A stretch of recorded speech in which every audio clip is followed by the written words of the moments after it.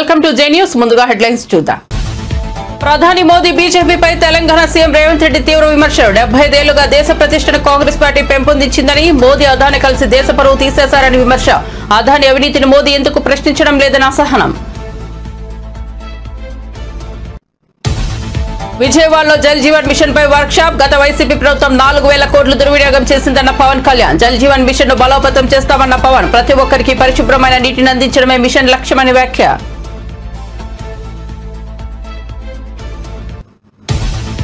Telangana film development corporation chairman గా బాధ్యతలు స్వీకరించిన దిల్ రాజు. కుటుంబ సభ్యులతో కలిసి ఛాంబర్ కు వచ్చిన దిల్ రాజు. పూర్వ వైభవం కోసం అందరి సహకారం అవసరమన్న దిల్ రాజు.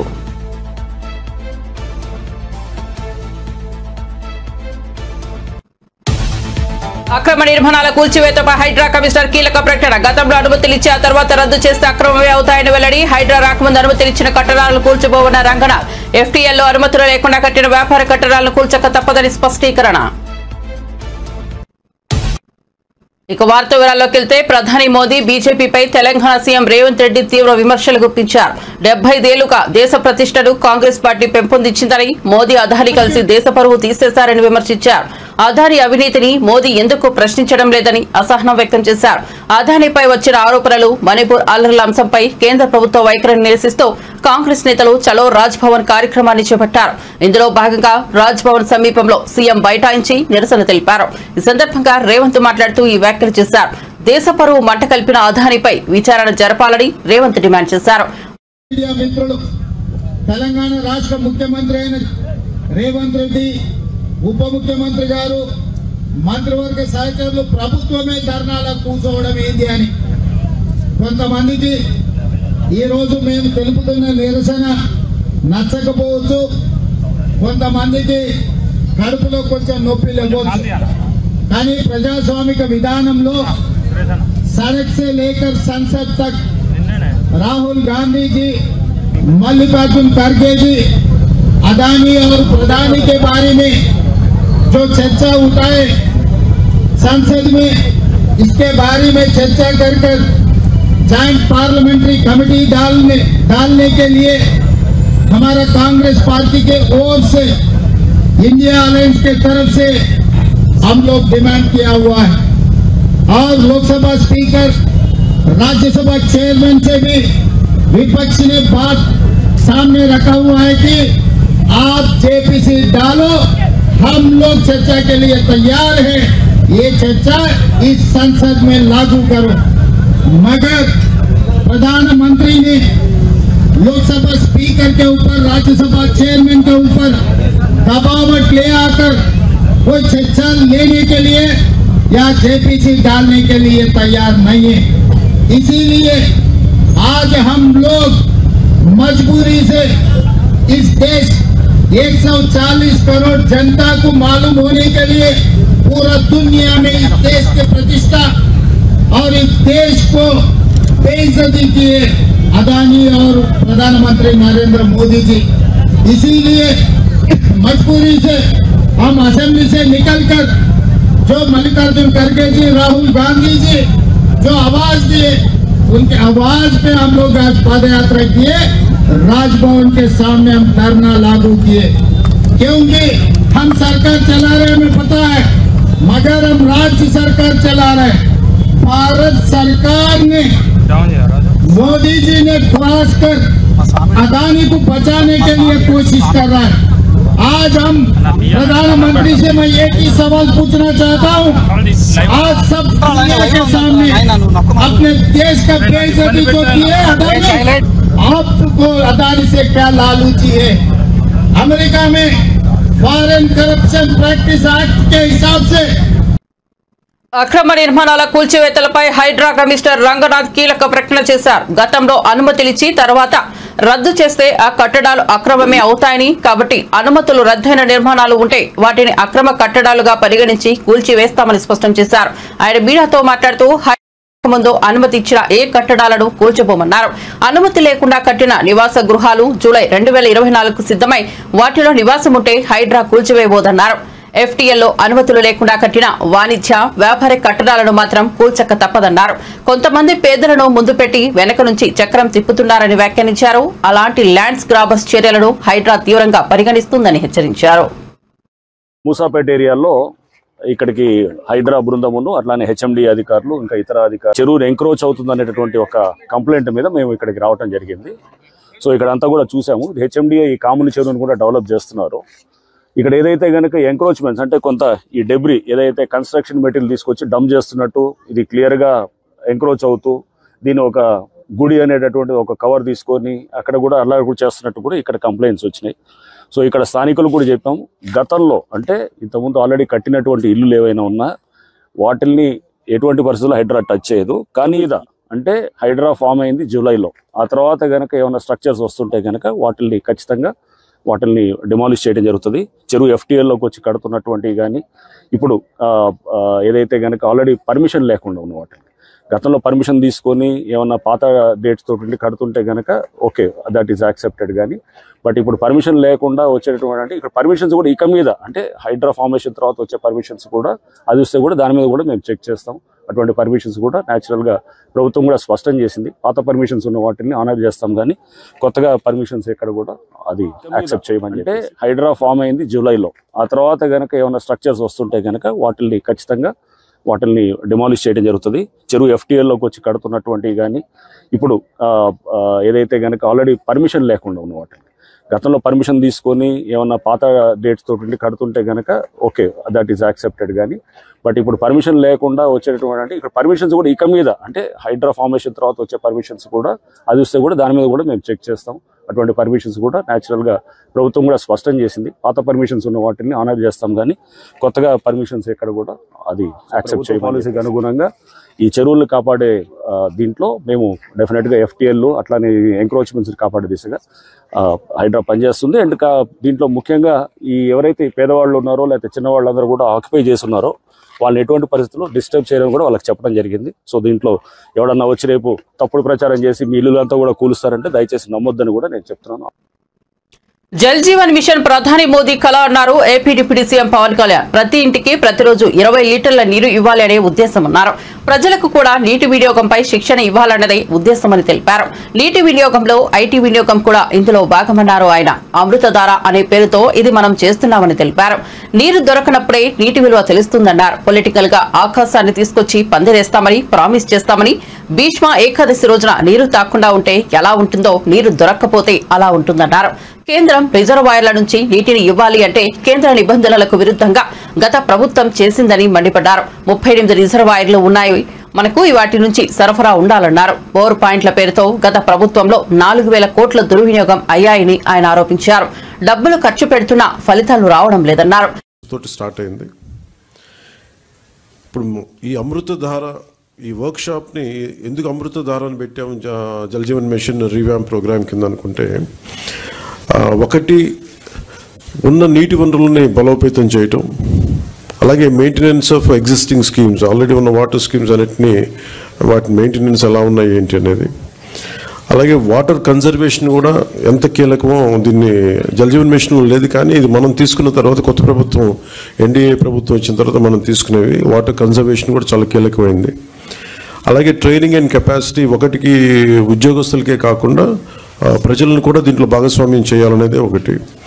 అలాగే దీంట్లో ఈ ఐటీ సిస్టమ్స్ ద్వారా దీన్ని మనం స్ట్రీమ్లైన్ ఆపరేట్ చేసే విధానం, అలాగే గ్రీవెన్స్ రిడ్రెసల్ ఏవైతే నీటి సరఫరాల ఇబ్బందులు ఏమున్నాయో రిపీటెడ్గా వచ్చే అవుట్ ఆఫ్ మెయింటెనెన్స్ వాటికి కూడా ఒక విధి విధానాలను రూపొందించడం, అది దీనికి సంబంధించి ఈ అమృతధార సంబంధించింది. ఒకసారి చెప్పుకున్న మనం రిపీటెడ్గా ఉంటుందని, కానీ బట్ కనీసం ఒక రోజు 1 గంట నీళ్లు తాగకపోయినా, ఒక పూట నీళ్లు తాగకపోయినా దాని కష్టం ఎంత ఉంటుందో మనందరికీ తెలిసిందే. ఏకాదశి వ్రతాలు కానీ ఏదైనా సరే పొద్దున్నుంచి సాయంత్రం వరకు నీళ్లు తాగకుండా రకరకాల మనం ఈ రిలీజియస్ థింగ్ మనం ఈ పండుగలప్పుడు ప్రత్యేక పర్వదినాలప్పుడు చేసేవి కానీ, అప్పుడు కానీ మన నీటి విలువ తెలియదు. నీటి దొరకనప్పుడే మన నీటి విలువ తెలుస్తుంది. నాకు ప్రత్యేకించి నేను పిఆర్ మినిస్ట్రీ తీసుకున్న తర్వాత వాటర్ కన్జర్వేషన్ ఒకటి, నీటిని సరఫరా చేయటం ఒకటి, ఇవన్నీ నాకు చాలా ప్రత్యేకమైనవి, ఇష్టం నాకు. అంటే చాలా సందర్భాల్లో నేను చెప్పింది ఏంటంటే, అంటే నా అనుభవాలు పంచుకున్నది. ఒకసారి యూఎస్లో కూడా హార్వర్డ్ యూనివర్సిటీకి వెళ్ళినప్పుడు కూడా అక్కడ స్పీచ్ ఇస్తూ ఉంటే ఒక కీనోట్ అడ్రస్లో అక్కడ నేను చెప్పింది, ఒక ఆదిలాబాద్లో ఒక తాండాలో జరిగిన సంఘటన ఒకటి చెప్పాను.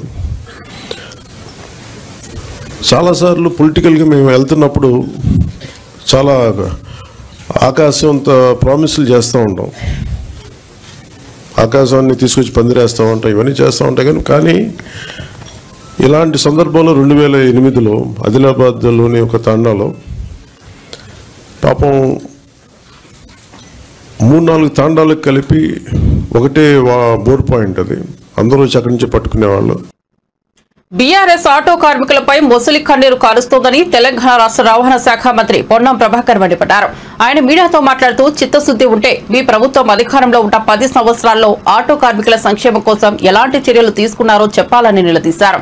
మెట్రో వస్తే ఇతర వాటిపై ప్రభావం పడిందని, మహిళలకు ఉచిత ప్రయాణం అందిస్తే ఆటో సర్వీసులకు ప్రభావం పడుతుందని చెప్పడం సరికాదన్నారు. బస్సులు ప్రజల ఇంటి దగ్గరికి వెళ్లకుండా బస్టాండ్ నుండి వెళ్లడం మాత్రమే జరుగుతోందని, ప్రజలు ఇంటి దగ్గర నుండి బస్టాండ్ వరకు వెళ్లేందుకు ఆటో సేవలను ఉపయోగించుకుంటున్నారని వివరణ ఇచ్చారు.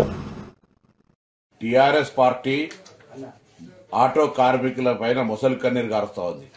నిజంగా వాళ్ళు ప్రభుత్వం 10 సంవత్సరాలు ఉన్నప్పుడు ఆర్టీసీ కార్మికులకు తీసుకున్న సంక్షేమ కార్యాలయం అని ఉంటే చెప్పాలి. ఉదాహరణకు మెట్రో వస్తే ఇతరులపై ప్రభావం పడ్డదనో, మహిళలకు ఉచిత ప్రయాణం ఇస్తే ఆటోలపై ప్రభావం పడ్డదనో చెప్పేటువంటి ఆరోపణ తప్పు.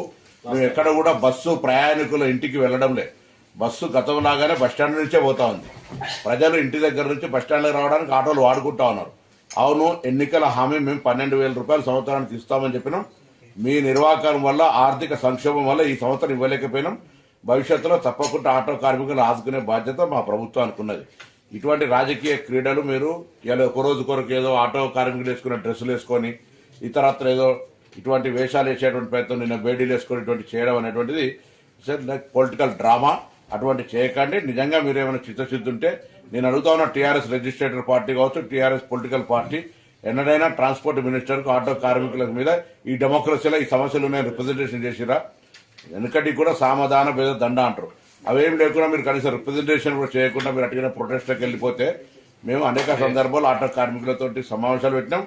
రండి, ఆటో ప్రతినిధులు తీసుకొని బరాబర్ డెమోక్రటిక్ గా మా ఆఫీసులో కూర్చొని మాట్లాడదాం. అంతేగాని ఇటువంటి వాళ్ళ పేరు మీద మీరు పొలిటికల్ ప్రోగ్రామ్ తీసుకునేటువంటి ప్రయత్నం చేస్తే ఇది మంచిది కాదు సమాజానికని మనం చేస్తాం. బీఆర్ఎస్ 10 ఏళ్ల పాలనలో రహదారులను విధ్వంసకరంగా మార్చిందని మంత్రి కోమటిరెడ్డి వెంకటరెడ్డి విమర్శించారు. రాష్ట్రంలో మట్టి రోడ్డు లేకుండా చేస్తామన్న కోమటిరెడ్డి, కేంద్ర రాష్ట్ర ప్రభుత్వాల సహకారంతో పనులను వేగవంతం చేశామని తెలిపారు.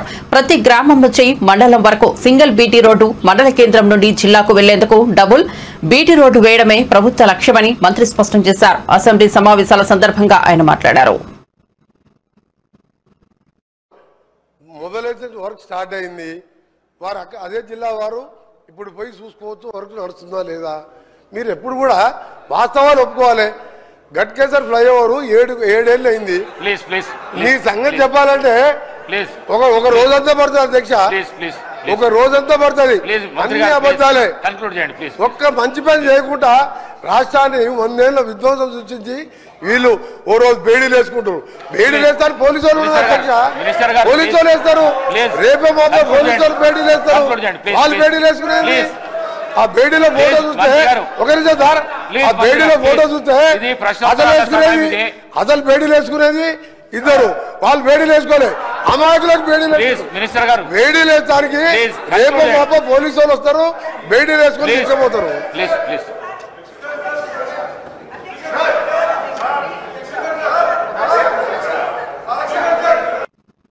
గత బీఆర్ఎస్ ప్రభుత్వంపై తీవ్ర ఆరోపణలు చేసిన మంత్రి కోమటిరెడ్డి వెంకటరెడ్డిపై మాజీ మంత్రి బీఆర్ఎస్ ఎమ్మెల్యే హరీష్ రావు తీవ్ర స్థాయిలో విరుచుకుపడ్డారు. అసెంబ్లీకి వచ్చే సభ్యులకు డ్రంక్ అండ్ డ్రైవ్ టెస్టులు నిర్వహించాలని హరీష్ రావు సంచలన వ్యాఖ్యలు చేశారు. కొందరు సభ్యులు ఉదయమే డ్రింక్ చేసి సభకు వస్తున్నారని ఆరోపించారు. సభలోకి వచ్చి ఏం మాట్లాడుతున్నారో వారికే తెలియడం లేదన్నారు. అందుకే అసెంబ్లీ బయట డ్రంక్ అండ్ డ్రైవ్ టెస్టులు పెట్టాలని సభాపతిని హరీష్ రావు కోరారు. గారు నేమ్ చేసే పరిస్థితి వచ్చిందంటేనే ఆ మంత్రి అవమానంగా ఫీల్ కావాలి. ఎందుకంటే ఎలియే మినిస్టర్ పోయి పక్కన కూర్చొని అంగిబట్టి గుంజినా కూర్చుంటలేడు ఆయన పరిస్థితి అది. అయితే విషయం ఏంటంటే ఆయన ఇందాక ఎలియే మినిస్టర్ గారు డైరెక్ట్ గా ఎవరి మీద ఆరోపణలు చేయొద్దని రూల్ బుక్ తెచ్చి చూపించాడు. ఇప్పుడు మంత్రి గారు లేచి కాళేశ్వరం కమిషన్ హరీష్ రావు అని చెప్పి మరి నా మీద ఆరోపణలు చేసిండు కదా. శుద్ధులు నాకే చెప్పడం కాదు, శుద్ధులు అందరికీ చెప్పడం కూడా శ్రీధర్ బాబు గారు నేర్చుకోవాలి. ఇప్పుడు ఆ విషయం కూడా మంత్రి గారు నా మీద చేసిన ఆరోపణ మీద చర్చ పెట్టండి, ఆన్సర్ ఇస్తా. మరి ఆయన వెంకటరెడ్డి గారి కమిషన్ లిస్టు చదవమంటే నేను చదువుతా. కాకపోతే నాకు విజ్ఞత ఉంది, నోటీస్ ఇచ్చి చదువుతా. దయచేసి వారు మాట్లాడినటువంటి అన్ని వ్యాఖ్యలు, ప్రశ్నకు సంబంధం లేని వ్యాఖ్యలన్నీ కూడా సభ రికార్డుల నుంచి తొలగించాలని మీ ద్వారా కోరుతున్నా. శ్రీధర్ బాబు గారు మా గురించే లేచి చెప్పడం కాదు, మీ మంత్రులు మీ సభ్యులు తప్పు చేసినప్పుడు కూడా మీరు లేచి చెప్పడం మీ బాధ్యత. రెడీగా లేకుండా మాట్లాడే పరిస్థితి వచ్చింది. ఇప్పుడు అసెంబ్లీలో కూడా బయట డ్రంక్ అండ్ డ్రైవ్ టెస్ట్ చేయాల్సిన అవసరం కనబడి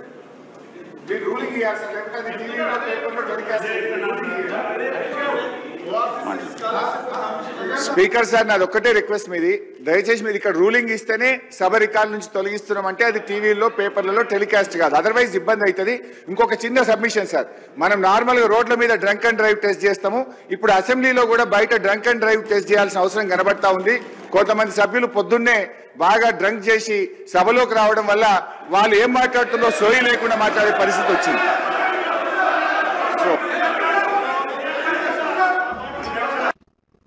తెలంగాణ అసెంబ్లీ సమావేశాలు 4వ రోజు ప్రారంభమయ్యాయి. సభ ప్రారంభం కాగానే ఓవర్సీస్ స్కాలర్షిప్ల విషయంలో అధికార విపక్షాల మధ్య వాగ్వాదం జరిగింది. గత బీఆర్ఎస్ ప్రభుత్వం 244 కోట్ల ఓవర్సీస్ స్కాలర్షిప్ నిధులు పెండింగ్ లో పెట్టిందని, మేము అధికారంలోకి వచ్చాక అందులో 140 కోట్లు పెండింగ్ లో స్కాలర్షిప్లు చెల్లించామని, మిగిలిన వాటిని కూడా త్వరలోనే క్లియర్ చేస్తామని మంత్రి సీతక్క తెలిపారు. బీఆర్ఎస్ ఎమ్మెల్యే కె వివేకానంద మాట్లాడుతూ పేద విద్యార్థులకు ఇచ్చే ఓవర్సీస్ స్కాలర్షిప్ నిధుల్లోనూ కమిషన్లు తీసుకుంటున్నారని ఆరోపించారు. అలాగే ఈ ఏడాదికి సంబంధించిన ఓవర్సీస్ స్కాలర్షిప్ దరఖాస్తులపై వివరాలు ఇవ్వాలని అడిగారు. ఎమ్మెల్యే కేపీ వ్యాఖ్యలపై మంత్రి శ్రీధర్ బాబు తీవ్ర ఆగ్రహం వ్యక్తం చేశారు.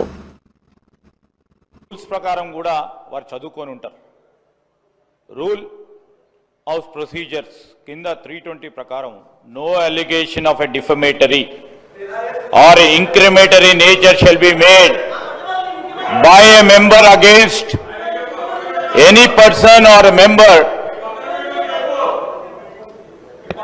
Sir, intimation to the speaker has to be given. Sir, ఇష్టారాజ్యంగా అడ్డగోలుగా నోటికొచ్చినట్టు ఫ్లోర్ను ఉపయోగించుకొని ఈ విధంగా ప్రభుత్వంపై డిఫమేటరీ రిమార్క్స్ చేయడం సరికాదు అధ్యక్ష. వెంటనే గౌరవ సభ్యులను కోరుతా ఉన్నాం, మీ ద్వారా వారిని కోరుతా ఉన్నాం. So he has to come forward to withdraw ఈ స్టేట్మెంట్. సార్, మేము మిమ్మల్ని కోరేది ఒకటే అధ్యక్ష, నేను ప్రతి సందర్భానికి సంబంధించి ఏ ఆధారం లేకుండా ఎవరిపైన మాట్లాడాలంటే వితౌట్ నోటీస్ ఇచ్చే కార్యక్రమం జరగకూడదు. ఈ రూల్స్ మేము కాదు ఫ్రేమ్ చేసింది, ఈ రూల్స్ ఫ్రేమ్ చేసింది 2014లో తెలంగాణ రాష్ట్రం ఏర్పడ్డ తర్వాత వారే ఇక్కడ కూర్చొని ఫ్రేమ్ చేసింది అధ్యక్ష. ఏ విధంగానైతే వారు డ్రెస్ వేసుకొని వస్తా ఉన్నారో ఇక్కడ కూర్చున్నప్పుడు ఒక వేషాలు. వైఎస్ఆర్సీపీ అధ్యక్షుడు మాజీ ముఖ్యమంత్రి వైఎస్ జగన్ బుధవారం కర్నూలులో పర్యటించారు. జీఆర్సీ కన్వెన్షన్ సెంటర్ లో వైఎస్ఆర్సీపీ రాష్ట్ర కార్యదర్శి తెర్నకల్ సురేందర్ రెడ్డి కుమార్తె వివాహ రిసెప్షన్ కు హాజరయ్యారు. నూతన వధూవరులు డాక్టర్ కె చతుర, డాక్టర్ కె నిఖిల్లకు వివాహ శుభాకాంక్షలు తెలిపి ఆశీర్వదించారు. జగన్ రాకతో కర్నూలు కోలాహలంగా మారింది. ఆయన్ని ఫోటో తీసేందుకు, సెల్ఫీలు దిగేందుకు అభిమానులు ఎగబడ్డారు. వారందరికీ అభివాదం చేసి ముందుకు కదిలారు.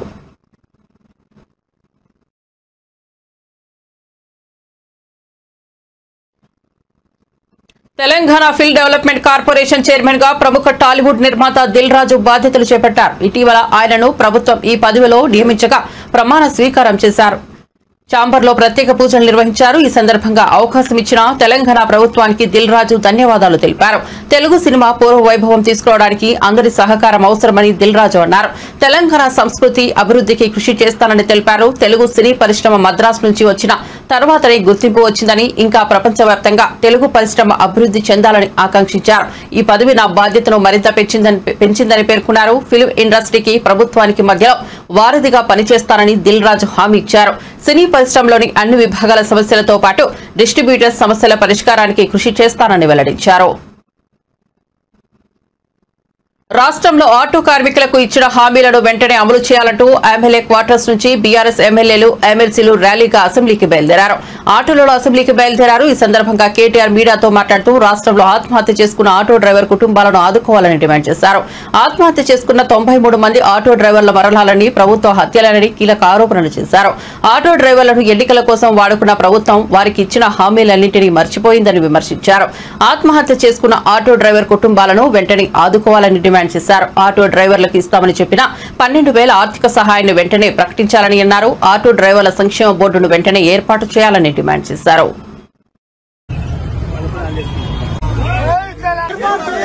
ఆటో కార్మికులకు ఇచ్చిన హామీలను వెంటనే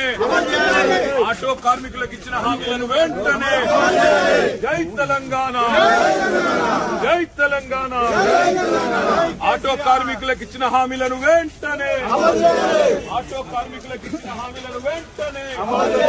ఆత్మహత్య చేసుకున్న ఆటో కార్మికుల కుటుంబాలకు వెంటనే. దేశంలో ప్రాంతీయ భాషలను ప్రోత్సహించేందుకు మోదీ ప్రభుత్వం కృతనిశ్చయంతో పనిచేస్తోందన్నారు కేంద్ర మంత్రి కిషన్ రెడ్డి. కేంద్రంలోకి బీజేపీ అధికారంలోకి వచ్చాకే 21 భాషలకు స్థానం దక్కిందన్నారు. అలాగే భాషలు మన సంస్కృతి, వారసత్వాన్ని, మన జ్ఞాన సంపదకు నిలయమని చెప్పుకొచ్చారు. కేంద్ర మంత్రి కిషన్ రెడ్డి తాజాగా ఢిల్లీలో మీడియాతో మాట్లాడుతూ భిన్న సంస్కృతులు, భిన్న భాషల వైవిధ్యత గల దేశం భారత్. ప్రపంచవ్యాప్తంగా ఇంత వైవిధ్యత ఉన్న దేశం మరొకటి లేదు. दुनिया में एक आइडियल देश के जैसा भारत काम करते हैं. हमारा भारत में लगभग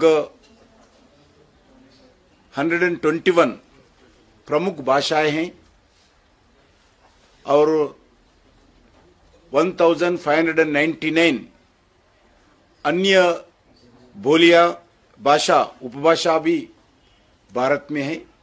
इतने भाषे दुनिया में कोई देश में हमें एग्जाम्पल के जैसा भी दिखते भी नहीं. हमारे संविधान के अनुसूची में 14 भाषा ऑफिशियल लैंग्वेजेस के तहत शामिल थी. आज इसमें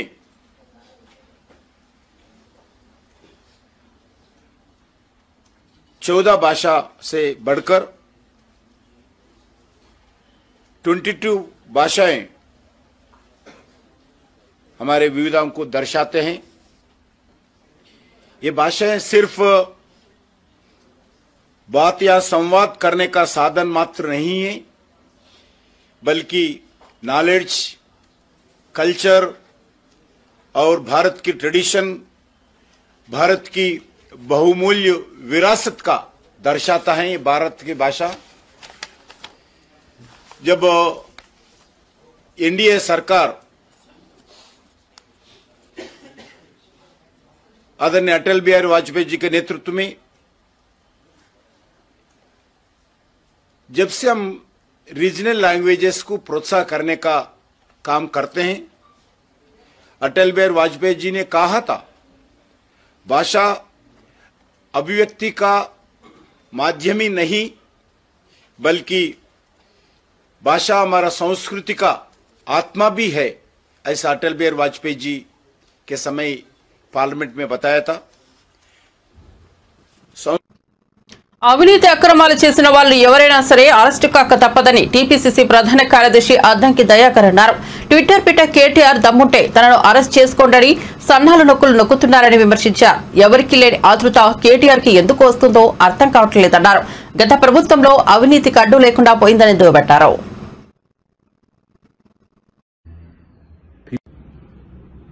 ఎవరికి లేని ఆదుర్ద కేటీఆర్కి ఎందుకు వస్తుందో ఆత్మపరిశీలన చేసుకోవాల్సిన అవసరం ఉంది.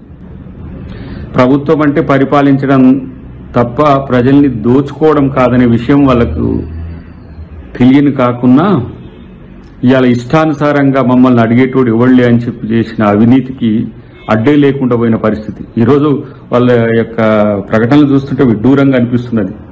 30,000 ఎకరాల భూముల్ని రైతుల దగ్గర నుంచి గుంజుకున్న బీఆర్ఎస్ వాళ్ళు ఇవాళ లగచెర్లలో దాని మీద మాట్లాడుతున్నారు. లగచెర్లను మనం క్యాన్సిల్ చేసినప్పుడు కూడా రాజకీయాలు చేస్తున్నారు. హైదరాబాద్ చుట్టూరా ఉన్న అసైన్ భూములు, శిఖాలు, లావణి పట్టాల భూములకు సంబంధించి, భూదాన్ భూములకు సంబంధించి ఎన్ని వేల కోట్ల రూపాయల భూముల్ని లాక్కున్నారో, గుంజుకున్నారో ఇప్పటికీ ఎవరికి అంతుబట్టని రహస్యం ఉంది. వాటిని అన్నిటిని బయట పెడతాం. అరెస్ట్ తప్పదని అనే పరిస్థితిలో అరెస్ట్ ఉంటుంది. కాబట్టి ప్రతిసారి నన్ను అరెస్ట్ చేయి అనేది కాదు. డెఫినెట్గా తప్పు చేసిన వాళ్ళ పట్ల శిక్ష తప్పదు. ఈ ప్రభుత్వం ఊరుకునేది కాదు. ఎవరిని కూడా బేర్ చేస్తలేదు కదా. కాబట్టి తప్పులు చేసిన వాడు తెగించిన వానికి ఏదో తెడ్డేలింగం అన్నట్టుగా మీరు ఇష్టానుసారంగా మాట్లాడినంత మాత్రం చట్టంకి అతీతంగా మేము చేసేది కాదు. డెఫినెట్గా సమయం వచ్చినప్పుడు, ఆ సందర్భం వచ్చినప్పుడు అరెస్ట్ తప్పదు. రాష్ట్రంలో అత్యంత అవినీతి ఎమ్మెల్యే ఎవరు అనే పోటీ పెడితే ఆదిరెడ్డి వాసులే మొదటి స్థానంలో ఉంటారని ఆరోపించారు వైఎస్ఆర్సీపీ మాజీ MP Margani Bharat. Dumping yard contractor వద్ద స్థానిక ఎమ్మెల్యే 2 కోట్లు డిమాండ్ చేశారని ఆరోపణలు ఉన్నాయన్నారు. అలాగే ఇసుక నుంచి వచ్చే డబ్బులు లెక్క పెట్టలేక ఆదిరెడ్డి 3 కరెన్సీ లెక్కించే మిషన్లు కొనుగోలు చేశారట అని వ్యాఖ్యలు చేశారు. రాజమండ్రి మాజీ ఎంపీ మార్గాని భరత్ తాజాగా మీడియాతో మాట్లాడుతూ దళిత యువకుడిపై కూటమి ప్రభుత్వం జాత్యహంకార ధోరణి చూపించిందన్నారు. రాజమండ్రిలో దళిత యువకుడిపై జరిగిన ఘటనపై ఢిల్లీలో ఎస్సీ కమిషన్ కు ఫిర్యాదు చేశామన్నారు. స్టేట్ డైరెక్టర్లు 15-20 మందికి ఇప్పించి ఉంటాను. ఇక్కడ మా మారుతి లక్ష్మి గారు ఉన్నారు, సాగర్ ఉన్నారు, మన అప్పారావు ఉన్నారు. ఇంతమంది బోల్డ్ మందికి ఇప్పించాం. మరి అందరూ కూడా ఆశ్చర్యపోతారు. అంత దారుణంగా రోజుకి ఆదాయం, నేను చెప్తా ఉన్నా, నేనేది ఎగ్జాగరేట్ చేసి చెప్పట్లా. కోటిలింగాల ఘాట్ అంటే కోటిలింగాల టెంపుల్ దగ్గర నుంచి అటు 4th బ్రిడ్జ్ దాకా గతంలో 1-2 చిన్న ర్యాంపులు ఉండేవంట. 15 ర్యాంపులు పెట్టారు. ఎంతండి? 15 ర్యాంపులు. రోజుకి 700 నుంచి 800 లారీలు డ్రెడ్జింగ్ చేస్తూ ఉన్నారు. డ్రెడ్జింగ్ చేసి తరలిస్తూ ఉన్నారు. అక్కడ అంటట నిజంగా నాకు నవ్వు కూడా వస్తుంది. ఎమ్మెల్యే గారి యొక్క మామూలు అంట, ఇదేదో రౌడీ మామూలులాగా. ఎమ్మెల్యే గారి మామూలు అంట చిన్న లారీకి 1000 రూపాయలు, పెద్ద లారీకి 2000 రూపాయలు. అదేవిధంగా బాట ఛార్జీలు అంట. ఆ బాట ఛార్జీలు కూడా మళ్ళీ ఎమ్మెల్యే గారి మామూలే. ఆ బాట ఛార్జీలు ఒకసారి వేస్తారు బాట, దానికి మళ్ళీ ఛార్జీలు ఏంటి? మళ్ళీ చిన్న లారీకి 1000 రూపాయలు, పెద్ద లారీకి 2000. ఇది కాకుండా లోడింగ్ ఛార్జీలు కాకుండా మళ్ళీ ప్రొక్లైనర్ ఛార్జీలు, ఈ ఛార్జీలు, 6 ఛార్జీలు అన్నీ కలిపి అక్కడ లారీకి 8500 రూపాయలు పుచ్చుకుంటున్నారంట. అంటే ఈ 8500లో, ఎందుకంటే ఇప్పుడు బోట్ మ్యాన్స్ కూడా పెద్ద పనేం లేదు, మొత్తం డ్రెడ్జింగ్ చేసేస్తున్నారు. ఖర్చు కూడా పెద్ద అవ్వదు. లారీకి మహా ఖర్చు అయితే ఒక 2000 రూపాయలు ఖర్చు అవుతుంది. అక్కడ చోటా మోటా నాయకులు ఒక 1000-1500 తీసుకుంటే ఎమ్మెల్యే గారికి ఒక లారీకి, చిన్న లారీ పెద్ద లారీ యావరేజ్ చేసుకుంటే 4000 రూపాయలకి ఎడుతుందంట.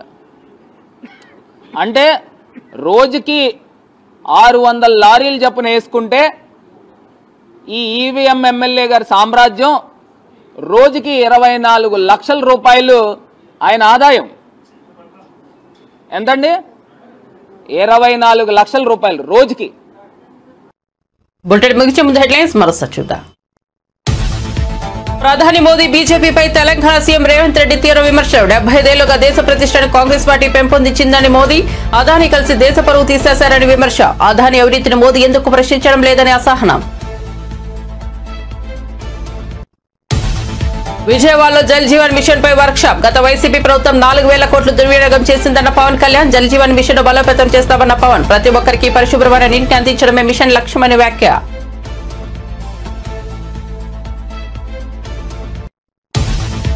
Telangana film development corporation chairman గా బాధ్యతలు స్వీకరించిన దిల్ రాజు కుటుంబ సభ్యులతో కలిసి ఛాంబర్ కు వచ్చిన దిల్ రాజు పూర్వ వైభవం కోసం అందరి సహకారం అవసరమన్న దిల్ రాజు.